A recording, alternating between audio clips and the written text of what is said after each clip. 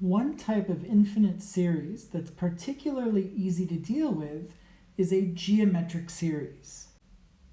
An infinite geometric series is an infinite series in the form a plus ar plus ar squared plus ar cubed plus ar to the fourth plus ...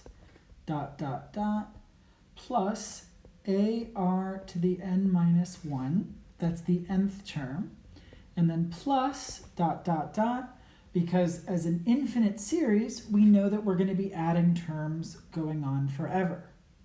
Now, we have seen geometric sequences before, and we looked at the nth partial sum, and the nth partial sum, S sub n, we know is given by a times 1 minus r to the n over 1 minus r. Now, I want to focus on this r to the n because since we're looking at an infinite geometric series, we want to know what happens when n gets bigger and bigger.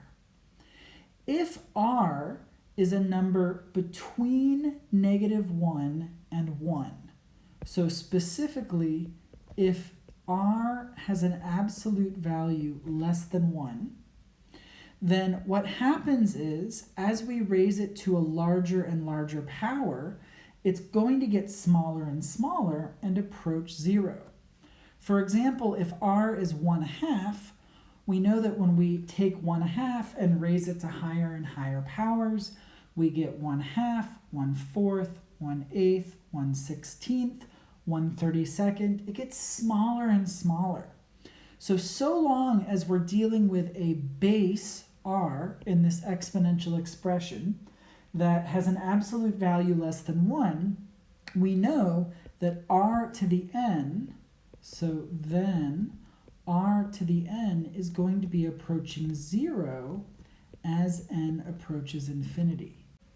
And when this happens, this r to the n approaches 0. It gets so close to 0 that it becomes so small that it is irrelevant compared to the rest of the terms. And so this basically vanishes. And when it does, we're left with 1 in the numerator. And we can multiply this a into the numerator. A times 1 is a. And so effectively what happens is S sub n approaches a over 1 minus r as n approaches infinity. And we said that when a partial sum approached a finite number for an infinite series as n approaches infinity, that is what we call the sum of the series.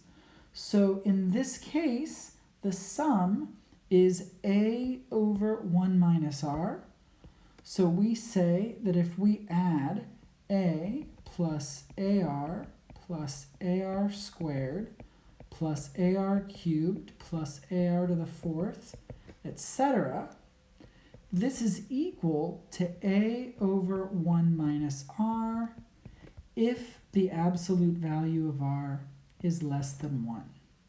And so this is the sum of our infinite geometric series. This is actually the formula for the sum.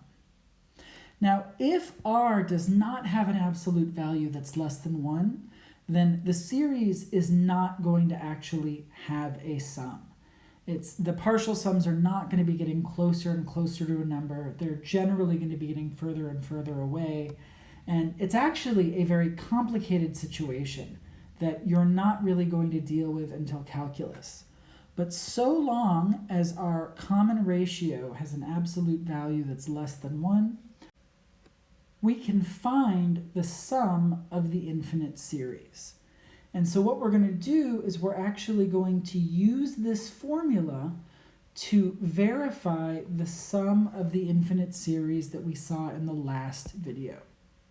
So remember in the last video we were talking about birthday cake, where you eat 1/2 of your birthday cake on the first day, and then 1/4 on the next day, and then 1/8, and then 1/16, etc. Well, this is an infinite geometric series. Specifically, the first term is 1/2, and the common ratio is also 1/2, because to get from any term to the next, we multiply by 1/2. So the sum of this infinite geometric series is given by the formula a over 1 minus r, which is going to be 1/2 over 1 minus 1/2. Now in the denominator, 1 minus 1/2 is also 1/2. And so we've got 1/2 divided by 1/2, and anything divided by itself is 1. So this formula gives us the same answer as we hypothesized when we were talking about the problem on a more philosophical note. Let's do one more example with an infinite geometric series. Let's find the sum of the geometric series 1 minus 1/2 plus 1/4 minus 1/8 plus ... So we're told that this is a geometric series, so we can just look and see what the common ratio is and what the first term is. The first term is clearly 1 because it's written there. The common ratio here, though, is -1/2. We can see that to get from one term to the next, we just need to multiply by -1/2. So r is -1/2. And so we can substitute these into the formula for the sum. So we've got 1 over 1 minus -1/2. When we're subtracting a negative, it's the same as adding. So this is 1 plus 1/2. Now 1 plus 1/2 is 3/2. So we have 1 over 3/2. And we know that dividing by a fraction is the same as multiplying by the reciprocal. So this is 1 times 2/3, or just 2/3. And so in this case, the sum here is equal to 2/3. If you were to take 1 minus 1/2 plus 1/4 minus 1/8, etc., you end up with 2/3. And I just want to show you on a number line what's going on here. If we look at the part of a number line between 0 and 1, then looking at this geometric sequence, we've got 1, which means we go to the right to 1, and then minus 1/2, so we go to the left 1/2, and then plus 1/4, so we go to the right 1/4, and then minus 1/8, so we go to the left 1/8. We keep going back and forth, but only half the distance we originally went.